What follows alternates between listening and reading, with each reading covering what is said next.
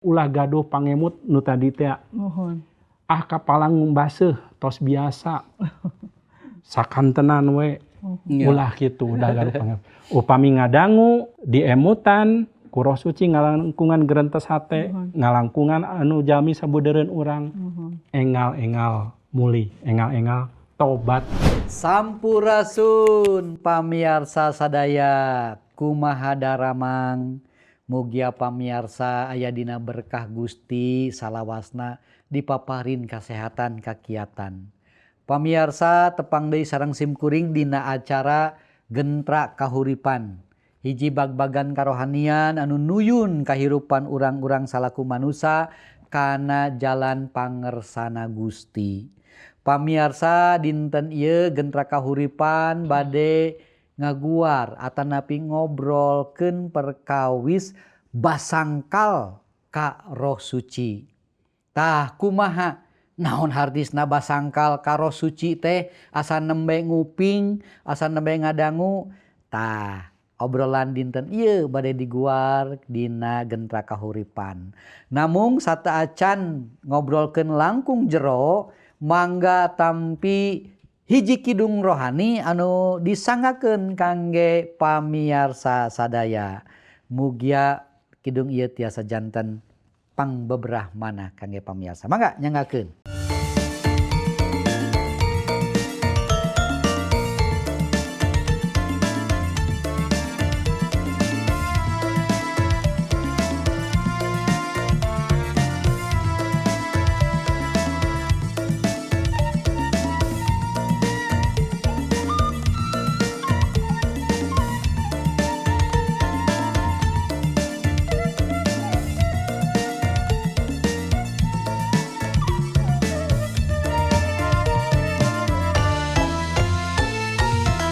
Saban jungkrang lulung kawing gunung-gunung nunang tawing nu ayana kahirupan eta parantos disorang tiap lengkah hirup abdi nyata pitulung Gusti kakiatan anu sumping ngalangkungan beratna momotan aya alesan kangge abdi teu muji anjeun Gusti nu langkung punjul ti sadaya nu pinunjul kawasa taya watesna nu ngarojong abdi waktos dina kalempohan anjeun Gusti nu tetep nyareungan duh Gusti panulung nu sajati anu tara jalir kana janji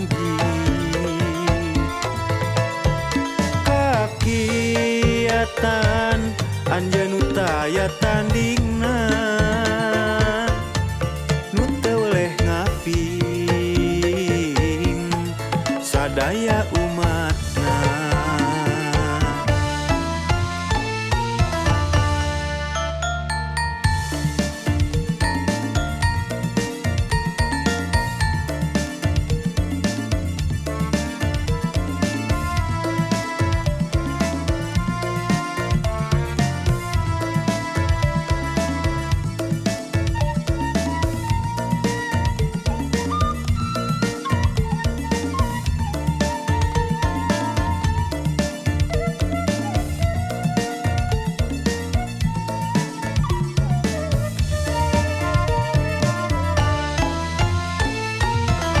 Aya alesan kangge abdi teu muji anjeun Gusti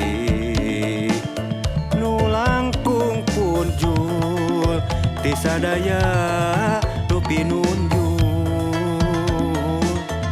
kawasa taya watesna nu ngarojong sim abdi waktos dina kalempohan Anjeun Gusti nu tetep nyarengan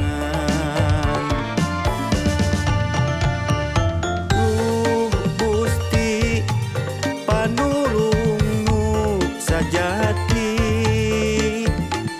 anu tara jalira kana janji kakiatan anjeun nu taya tandingna nu teu weleh ngaping sadaya umatna. Nah, pamirsa, mugia kidung anu neme didugikeun tiasa jandan pangbebrahmana kangge pamirsa sadaya kangge ngajajab kana obrolan basangkal ka Roh Suci. Di sagedengeun simkuring aya Pak Adang. Pak Adang nuhunnya Sami-sami Bapak. Tras Satya ieu nyarengan abdi. Dikersakeun ku Gusti. Oge ya Ibu Rida, hatur nuhun Bu.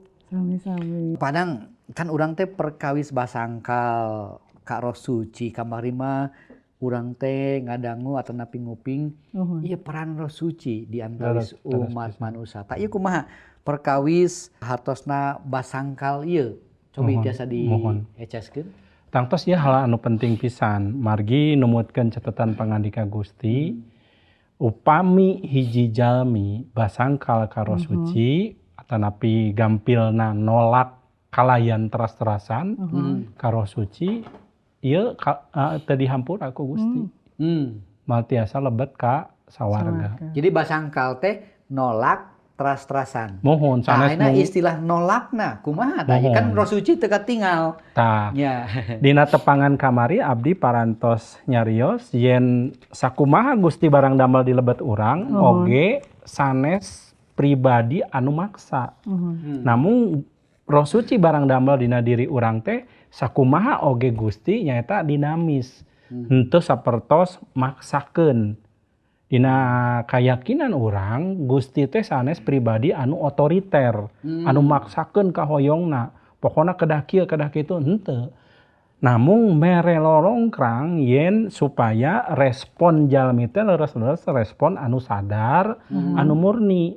Manawi kersa nampi mangga teu kersa nampi balukarna tos aya. Janten teu dipaksakeun atuh sapertos robot tos diprogram teu model kitu. Nah kitu oge Roh Suci. Nu dimaksud basangkal ka Roh Suci teh Roh Suci teras-terasan cumarios. Ngalangkungan emutan. Ngalangkungan sistem budaya urang anu sae. Pangemut-pangemut ti sabudeureun urang. Aya cariosan-cariosan anu ngelingan, ngemutan, ngarahkeun urang kana hal-hal nu kaajen anu leres. Namun urang nyana kaputusan pikeun teu ngadangu hal eta. Urang nuturkeun kahoyong urang, pangemut urang pribadi. Tah di dieu sapertos kitu. Roh Suci tiasa ngange naon wae kalebet gerentes manah urang diange ku Roh Suci kangge ngelingan urang. Namun dina prak-prakana urang henteu nampi kana gerentes eta. Urang malihan saminengna nuturkeun kahoyong, nuturkeun pangemut, nyalira. Tah itu. Hayu urang tinggal heula geura dasar pangandika Gustina dina Matius 12 ayat anu ka-31 sareng 32. Kieu saur pangandika Gusti, kusabab eta kaula mere terang jelema anu nyieun dosa jeung anu omonganana jahat bisa dihampura. Tapi anu nganggo goreng Roh Suci mah teu bisa dihampura. Anu omonganana ngalawan ka anak manusia bisa dihampura. Tapi anu omonganana ngalawan ka Roh Suci mah dunya akhirat moal dihampura. Tah. Sakumaha sabarna, sakumaha asihna Gusti ngalangkungan peran Roh Suci dina diri jalmi aya watesna. Ta ieu anu dimaksud basangkal. Tos dielingan upami digambarkeun sacara gampilna malir ibarat putra urang, anak-anak urang, putra-putra urang anu ku urang parantos diarahkeun dididik ka hiji tujuan hirup. Namun anjeunna milih teras-terasan kana pilihanana. Upami tetap gitu dilurkeun, mangga eta mah pilihan anjeun. Ta ieu basangkal. Basangkal teh hiji padamelan atanapi hiji sikap anu ngangge bahasa deungeun mah serius. Sares heureuy. Ieu teh leres-leres bahaya. Margi naon? Gusti Yesus nyangemkeun ieu mah bisa dihampura. Terus nolak naon nu disangemkeun ku Roh Suci. Hate henteu merean kana naon nu didugikeun ku Roh Suci. Boh ngalangkungan wargi, boh ngalangkungan pamimpin-pamimpin dina kaagamaan, urang basangkal diarahkeun ka nu leres, alim ngadangu sareng sajabina. Coba upami urang neuleuman langkung jero sakedik perkawis kaayaan manah urang. Abdi yakin teu aya jalmi anu teu terang yen anjeunna milampah lepat. Contona misalna aya jalmi ceceremed nyanak barang batur. Dina jero ati nimbarina pantos cumarios eta teh pada melan lepat. Eta barang batur. Eta teh barang batur. Ulah dicanak mun teu nyarios heula. Kudu widi heula sagala rupi pasti aya gerentes manah nu model kitu. Tapi pilihan ka jalmi eta bade didangukeun atanapi da penting urang kumahakeun bae we carana mah. Halal teu halal gitu nya canak we aya nu kitu. Malihan aya nu nyangemkeun dina seueur perkawis kapalang baseuh mandi sakalian. Tanu basangkal teh kitu atuh upami tos mandi sakalian mah leres-leres teu dihampura. Kitu Pasam. Tah Bu, ieu perkawis basangkal ieu nya. Kinten-kinten dina kamanusaan urang salaku umat manusia, nah tiasa manusia teh basangkal gitu kan. Soalnya tadi kan nyarios Roh Suci teh tiasa nyarios ka kumaha wae carana nya ngemutkeun kana kabeneran. Nah eta sikap-sikap manusia eta kumaha tah Bu tiasa kitu tah pangemut Ibu. Mohon anu tos diguarkeun ku Kang Adang tadi saya pisan nya Kang nya. Upami abdi panginten tiasa aya istilah kieu nya namina upami dina pan jalmi teh kagungan hate nurani nya. Tah eta teh anu tiasa anu gerentes hate nya Kang. Anu tiasa mapeling ka urang oh eta teh pada melantai salah. Misalkan anu tadi mah cecermed nya. Misalkan ngabohong ya Kang. Da saleresna mah uninga eta teh ngabohong teh salah. Lepatnya. Tah can dinu sanes panginten. Tah abdi kaemut salah sahiji istilahnya Kang pami kanggo gerentes hate teh tiasa fungsina kanggo radar moral batiniah. Tiasa radar moral batiniah. Jalmi jantan dilebet urang teh aya radarna saleresna teh. Tah eta ngene oh ieu sae, ieu teh sae, oh ieu jahat. Pertos alarm menurutnya. Mohon anu ngageuingkeun ka urang eta teh lepat. Eta teh kenging, eta teh jahat. Pan jalmi mah saleresna uninga saperti tadi nya Kang ada. Leresin eta teh jahat, eta teh sae. Tah upami teras-terasan basangka janten tos pareum panginten radarna teh tos poek. Janten aya nu nyaros mah eta teh hate teh tos gurat hate pangintennya tos keras. Janten soanten Roh Kudus anu mepeling anu nuyun teh janten alit-alit panginten sonten teh janten ngalitan terus pareum. Janten si radar teh teu berfungsi deui. Nah, saur Kang Adang tadi tos kapalang baseuh geus we jeburkeun. Tah upami tos kitu mah tos neka tos henteu malire deui kana dipepeling Gusti. Janten tos nutup we eta mah. Da tos milih langkahna bade janten jalmi jahat we. Tah, tapi nu basangkal eta memangnya Gusti mah kan nyaah pisan ye. Nyaah pisan ka sadaya jalmi. Kana hal naon kinten-kinten ieu ukuranana ieu teh tos basangkal nolak kana Roh Suci. Basangkal ieu teh nu tos teu tiasa dihampura deui we gitulah. Janten upami urang ninggal hal model kitu supados langkung gampil mugia teu henteu lepat. Dina widang kasehatan aya yang disebut sirositis sanes. Oh mohon, eta panyawatnya pembekuan hati. Mohon. Ieu teh sanes proses langsung. Namun hiji kaayaan anu terus bertahap dugikeun ke berkesinambungan gitu. Mohon dugikeun ka eta hate teh beku we. Teu henteu fungsi deui. Mohon. Kunaon sababna ieu ge sapertos kieu sarimbang sareng kaayaan secara rohani. Mohon. Upami jalmi nya ditegor sakali teu nampi, 2 kali teu nampi, saur ibu tadi lami-lami pareum tah. Janten aya efek resistan Mohon. anu ningkatkeun yen jalmi eta moal nganggap deui bebeneran teh salaku bebeneran. Dirina ku anjeun we tos bebeneran. Aku mah urang we. Sedengkeun Roh Suci mah barang dambel dina diri urang teh kekalayan ku kecap-kecap atanapi tindakan-tindakan anu leuleuy. Mohon. Moal ku bahasa anu keras sareng sajabina lemah lembut dina bahasa Indonesia mah. Hal anu lemah lembut mah kaangge deui ku jalmi model kitu mah. Anu kadanguna naon? Kahoyong dirina. Hatena janten teuas dina hartos sanes sirositis. Dina hartos secara rohani entos henteu nampi deui kana bebeneran anu didugikeun. Tah kitu nu dimaksud basangkal teh. Jadi satahap meureunnan sakali nolak. Mohon. 2 kali nolak. Mohon. 3 kali mah sanes tos nolak deui. Tos gaduh hiji cara atanapi hal anu pamingge bahasa umum masif gitunya. Kangge ngawaler mangsa eta teguran datang. Janten ngahaja nyiapkeun benteng tameng pikeun nolak teguran eta. Mohon. Tah kumargi kitu jalmi anu basangkal teh ieu bahaya pisan.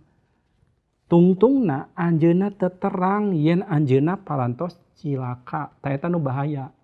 Terang aya bahaya teh sae alarm. Mohon. Tapi teu terang anjeunna parantos aya dina bahaya eta nu paling bahaya. Tah ieu jalmi anu basangkal kana Roh Suci teras-terasan kitu engke lami-lami kaandih si suanten Roh Suci teh. Ku hal-hal pribadina anu diutamikeun ku anjeunna. Boh emutana, boh kahoyongna, boh sagala rupi. Suanten bebeneran kaandih ku hal eta dugikeun ka teu tiasa ngadangu kana hal eta secara manusia. Tapi tiasa teu ieu Roh Suci teh nyariosna teh sanes mung kasaukur putra-putra Gusti ngalangkungan hate nurani, tapi ka jalmi-jalmi nu sanesna oge tiasa oge nyarios kan Roh Suci ka aranjeunna. Tangtos secara umum tiasa. Secara umum tiasa. Namun utamina jalmi-jalmi di lebet Gusti cumariosna Roh Suci teh pikeun ngawujudkeun hiji tujuan nyaeta sangkan ieu jalmi-jalmi teh leres-leres satunggal sareng Kristus. Ka jalmi sejen oge cumarios hal sami sangkan nilai-nilai luhur dina budaya urang, dina pangemut-pangemut anu umum. Eta teh leres-leres nilai luhur Gusti ku anjeun. Saleresna mah boh secara umum anu teu langsung dilebet jalmi nu percanten secara langsung sami-sami tujuanna nyaeta supados jalmi wanoh ka purwadaksi Gusti. Saleresna mah kitu namung bentenna anu umum mah teu langsung model alamat nama leres tujuanna mah namung persisna di mana teu acan. Margi kangge persisna kedah wanoh ka Gusti Yesus heula. Ai urang mah tos langsung tuh kudu sapertos kitu. Bentenna eta anu hiji meureunan langsung ka tujuan margi tos wanoh, anu hiji mah sapertos dianteur supados ku kasadaran ku panampian urang tiasa wanoh. Sapertos kitu. Salah sawiosna aya kasus anu dicatat ku pangandika Gusti pasal. Dina Rasul-Rasul 5 ayat 1 dugi ka 11. Ya aya contoh kasus kunaon basangkal ka Roh Suci teh ngajantenkeun jalmi henteu dihampura dosana. Kisah Para Rasul pasal 5 ayat 1 dugi 11. Aya hiji jelema ngaran Ananias jeung bojona ngaran Sapirah. Ngajual tanahna salubuk, tapi bebeunanganana henteu diserenkeun kabeh ka rasul-rasul, ditahan sawareh disalingkuhkeun keur dirina sorangan, Sailon jeung bojona. Pilahir Petrus ka Ananias, Ananias, kunaon kawujuk ku iblis nepi ka wani ngabohong ka Roh Suci? Kunaon duit bebeunangan ngajual tanah teh disalingkuhkeun sawareh? Memeh dijual eta ra raja kaya teh boga maneh. Sanggeus dijual, duitna hak maneh keneh. Jadi kunaon nepi ka boga pikiran milampah saperti kitu? Maneh ngabohong teh lain ka manusa, nya mah ka Allah. Barang ngadenge lahiran kitu, bluk Ananias ti bebeut paeh pisan. Eta kajadian estu matak gimir sakur nu ngadenge. Jol barudak ngora mayit Ananias diboehan, tuluy digotong kaluar dikuburkeun. Heuleut 3 jam datang bojona teu nyahueun kanu anyar kajadian. Ku Petrus dipariksa duit bebeunangan maneh jeung salaki ngajual tanah teh. Bener sakieu kabehna? Leres, sakitu sadayana, jawabna. Pilahir Petrus, kunaon maneh jeung salaki nepi kawani ngadoja ka Roh Allah? Tuh, di lawang anu tas nguburkeun salaki maneh kakara daratang rek ngagotong mayit maneh. Bluk sapirah ti bebeut harita keneh. Terus paeh. Barudak ngora tea arasup nyampak sapira geus jadi mayit. Tuluy digarotong kaluar, dikuburkeun gigireun kuburan salakina. Ngadarenge aya kajadian kitu jamaah jeung salian ti eta jadi kacida sarieunana. Tah tina pangandika Gusti ieu urang tiasa terang paos ya nu kahiji Roh Suci teh pribadi. Hartosna sakumaha urang jalmi urang tiasa gaduh rasa. Kitu oge Roh Suci. Pan urang oge upami teras-teras dicarioskeun dipangker urang, diomongkeun kitu nya. Teras-terasan urang oge misalna dibuli. Janten urang oge salaku jalmi aya watesna. Di dieu 2 jalmi ieu salaki pamajikan teh sami-sami ngabohong. Dina ayat 4 saurna, jadi kunaon nepi ka boga pikiran milampah saperti kitu? Maneh ngabohong teh lain ka manusa, nya nama ka Allah.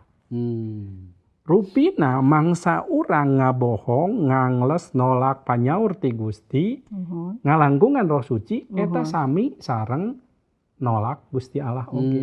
Kumargi kitu basangkal ka Roh Suci teh teu tiasa dihampura. Hartosna naon? Roh Suci teh salaku pribadi lami-lami upami jami teu kersa ngadangu kalebet ayeuna urang ngabewarakeun kayaktian iman di lebet Gusti Yesus dijamin masuk sawarga sareng sajabina. Tiasa janten aya nu ngadangu sanes sakali 2 kali 3 kali. Mangga wae. Namun upami teu wantun nyana kaputusan kangge percanten eta sawarga nu diobrolkeun ku urang teh tangtos moal janten kaalaman. Margi carana mung hiji. Nyaeta ngalangkungan Gusti Yesus. Tah ieu salah sawiosna cariosan Roh Suci. Perkawis bebeneran rohani. Ulah basangkal, ulah bohong. Bohong ka Gusti Allah dosa anu teu tiasa diampura. Bohong ka urang mah paling oge janten pacengkadan sanes. Leres. Abdi ngaraos ku ciwa, ngaraos teu percanten deui upami dibohongan kitu nya. Tapi bohong ka Gusti mah teu tiasa. Margi dina hakikatna Gusti mah teu tiasa dibohongan. Ieu nu mukakeun kasus ieu saha? Roh Suci ku anjeun ngalangkungan naon? 2 nana ngantunkeun pepada harita. Ieu 2 jalmi caroge sareng istrina sami-sami ngantunkeun. Margi ngabohong. Tos supaket. Jalmi mah teu aya nu terang. Namun Roh Suci mah terang. Ieu mintonkeun sakali deui Roh Suci teh nyaeta pribadi. Ulah naonnya ulah gaduh pangemut nu tadi teh. Kapalang baseuh tos biasa. Sakantenan we. Ulah kitu udah gaduh pangemut. Upami ngadangu diemutan ku Roh Suci ngalangkungan gerentes hate, ngalangkungan anu jalmi sabudeureun urang. Engal-engal muli, engal-engal tobat saurna. Tah eta nu diperyogikeun teh padang nya Bu. Kahoyong urang mah kan urang teh taatnya ka Roh Suci eta. Ayeuna kumaha tah Bu ngaraoskeun oh ieu teh Roh Suci anu nuju nyamutan urang. Atanapi ieu teh naha kumaha carana urang tiasa nurut karena eta Bu panuyun roh suci eta. Kita aya Bu. Tiasa aya hiji kasaksen. Mohon bangga Bu. Mohon aya abdi nyebatkeun aya saurang anu ti kapungkurna susah pisan percanten ka Gusti Yesus teh. Susah kumargi teu tiasa nampi yen Gusti teh Allah ku anjeun kitu nya. Gusti Yesus teh dianggapna teh mung saukur manusa kitu. Naha manusia teh nyamikeun dirina sareng Allah. Tapi palebah dieu Roh Suci teh midamel anu aheng pisan. Dugi ka jalmi ieu teh tiasa nampi. Tiasa nampi Gusti Yesus teh salaku Allah. Sareng juru slamet anjeunna. Saha anu nuyunna? Roh Suci. Aya di 1 Korinta pasal 12 ayat 4. Mohon. Tadi dinya teh disebatkeun memang Roh Suci ieu teh anu tiasa jalmi teh janten ngaku yen Yesus teh Gusti. Lamun henteu ditungtun ku Roh Suci. Janten saleresna jalmi-jalmi anu teu acan tiasa nampi eta panuyun ti Roh Suci masih teu acan kasingkep ka anjeunna teh. Kadahna mah buka sareng ningal kitunya. Mungkin Roh Suci nuyun yen Yesus teh Gusti janten tiasa nampi Gusti salaku juru slamet sareng pangeran ya sareng juru slamet anjeunna. Janten eta oge buktos kaasih Gusti panginannya ka wargi-wargi urang anu teu acan mengartos perkawis saha Gusti Yesus teh panginannya. Mohon da. Upami di luar Gusti Yesus mah teu uningannya Kang ya. Roh Suci teh saha nya Kang? Sok sanaos ku urang dijelaskeun ieu teh sahiji pribadi anu maha kawasa anu barang damel anu nuyun ka bebeneran. Tapi da teu acan wanoh, teu acan uningan ieu teh saha. Soalnya abdi ge ngemutkeun geuningan di dunia ieu mah roh teh seueur nya Kang. Aya roh-roh nu sanes nya. Laras.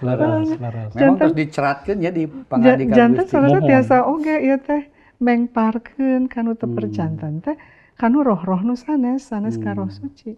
Namun memang Roh Suci mah kakawasaanna pasti langkung ageng langsung langkung aheng ti roh-roh nu sanes. Leres. Tah kangge urang-urang Bu ieu Bu, kangge nu tos percanten ka Gusti Yesus, Roh Suci atos ngancik di diri urang, sabaraha ageng tah peran Roh Suci sareng urang sadaya. Singkat tiasa teu. Pamisor abdi mah kedah unggal dinten kedah doa nyuhunkeun panuyun. Nyuhunkeun panuyun. Unggal dinten ulah kalangkung. Leres. Ulah anu majengna parasaan nyalira, pikiran nyalira, kahoyong nyalira. Kedah leres-leres kagungan hubungan anu sae sareng Gusti. Kumargi urang mah tos wanoh kan. Upami urang tos wanoh mah tiasa ngabentenkeun saleresna ieu teh soanten saha. Ieu teh roh saha, ieu teh nu nyareus saha. Janten eta peryogi kerja sama urangnya. Hiji urang nyuhunkeun pitulung anjeunna, urang bakal dianggo ku anjeunna disarengan dugi ka tiasa ngabentenkeun roh-roh nu sanesna nya. Mohon ai pangalaman abdi mah panghinten kitu. Leres. Padang cinakeun 30 detik tapi ieu waktosna. Aduh obrolan teh. Janten aya 2 hal. Nya. Bahaya upami urang teras-terasan basangkal. Nu kahiji margi Roh Suci teh pribadi supados palawargi nu percanten ka Gusti ulah basangkal. Tempatkeun Roh Suci salaku pribadi. Tangtos tos terang gambaran upami pribadi teh kedah dikumahakeun. Kedah dihargaan, kedah ditempatkeun sakumaha tempatna, ulah asal kumargi namina ge Roh Suci, ulah milampah anu teu suci. Anu kadua nyaeta upami basangkal atapi nolak Roh Suci, hartosna nolak Gusti Yesus. Upami nolak Gusti Yesus, hartosna moal disalametkeun. Tah eta nu kadua. Moal lebet ka sawarga. Moal lebet ka sawarga. Aduh. Sieun ya Kang. Hatur nuhun Padang Ibu Rida. Sami-sami. Janten ngalengkepan ataupun ngawaler patarosan urang-urang dina judul ieu. Pamiarsa mung sakitu gentra kahuripan dinten ieu mugia janten berkah kangge pamiarsa sadaya. Roh Suci nyerengan urang-urang sadaya.